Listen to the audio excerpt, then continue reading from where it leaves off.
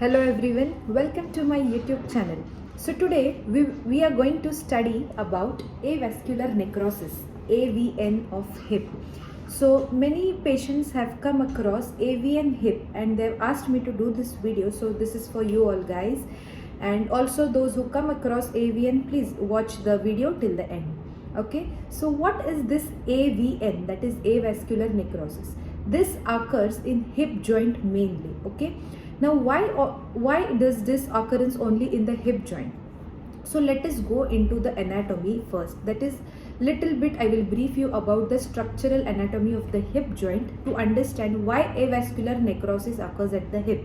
Okay, so hip joint is a ball and socket type of joint. It is a synovial joint. Okay, so this hip joint is formed by the pelvis and the long bone of the thigh, that is femur. Okay, so when this femoral head, that is a ball type, and acetabulum of the pelvis, that is a socket, this joint is formed the hip joint. Okay, now what happens, the femoral head, it has only a single blood supply through its fovea. There is one aperture at the femoral head and there is a single blood supply by the femoral artery. So in avascular necrosis, this blood supply is shunted or this blood supply is stopped. Now why does this occur? Okay, there are many reasons for this blood supply to be stopped. According to the most recent research, the major reason for this occurring is the alcohol consumption or smoking. It shunts the blood supply, it stops the arterial blood flow. Okay, and hence there is necrosis. What is necrosis in simple terms? It is cell death or death of the cells due to loss of blood supply. Okay, so avascular meaning loss of blood supply, necrosis meaning cell death. So if we go according to the classification, avascular necrosis is classified into 4 grades. Okay, so grade 1 and 2 can be conservatively managed by doing aggressive physiotherapy, by following proper nutrition, avoiding the addiction of alcohol consumption or smoking. We can control the symptoms of avascular necrosis. But if the patient is under grade 3 or 4, then you have to contact your surgeon for the hip replacement. May it be partial or total, your surgeon will guide through. Okay, so I will be making this video for the people who are in excruciating pain due to avascular necrosis. You all need to strengthen your hip joints. Okay, I know the common symptoms are like you might be limping on your one side where you have pain. There will be always, due to the hip pain, you will have back pain, lower back pain, you will have your knee pain. Your entire biomechanics is going to get disturbed. So before going into that step, let us do some exercises and strengthen our hips and come out of the pain. Thank you, and I will show you some exercises now. So starting with the ankle pumps, this will improvise the blood supply in your lower extremities. Very effective exercise. Second exercise, you will keep a towel roll under the knee, press the knee, hold it for 5 seconds and relax. This will increase the strength in your thigh. Next, you will keep the towel roll under the heel. Press the heel on the towel, hold for 5 seconds and relax your leg.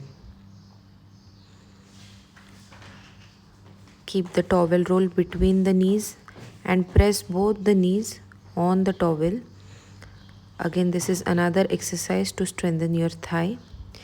In this next exercise, you can see I have attached a weight cuff to my ankle. So even you can attach a 1 kg, start with half kg or 1 kg depending on your pain. Ask your physio and you will do all these movements. Now I am showing it only once or twice, but you are supposed to do each exercise at least 20 to 30 times every day. Okay, this all will going to improve your lower extremity strength. Trust me, if you do these exercises every day, definitely your pain symptoms will come down. This is again for your trunk balance, hip strength, hip extensor strengthening. Very effective exercise.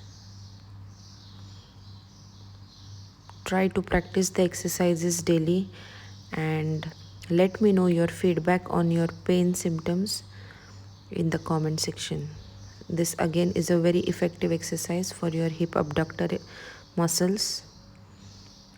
Always, whenever you sleep on one side, you should always keep a pillow in between your legs. This will put less pressure on your lumbar spine, as well as your hip joint will be offloaded. It will not have more pressure. So always keep the pillow between your knees. Now this will entirely increase the strength of your extensor group of muscles for the hip. See, everywhere I've attached the weight cuff. So initially, if you have more pain, do it without the weight cuff.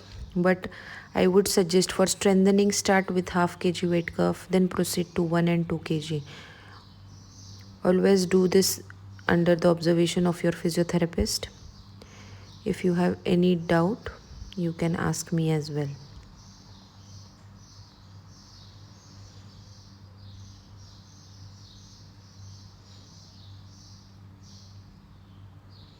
This is strengthening of your hamstring muscle.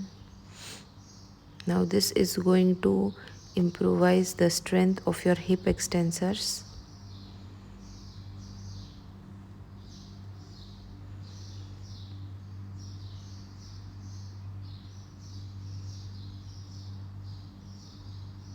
This will improvise the balance, trunk control, core muscles, strengthening. This is for your quadriceps muscles. Okay, so do these exercises. This is very important for your knee extensor group of muscle. This is wall supported mini squats. Always make sure your knee level should be behind the toe level.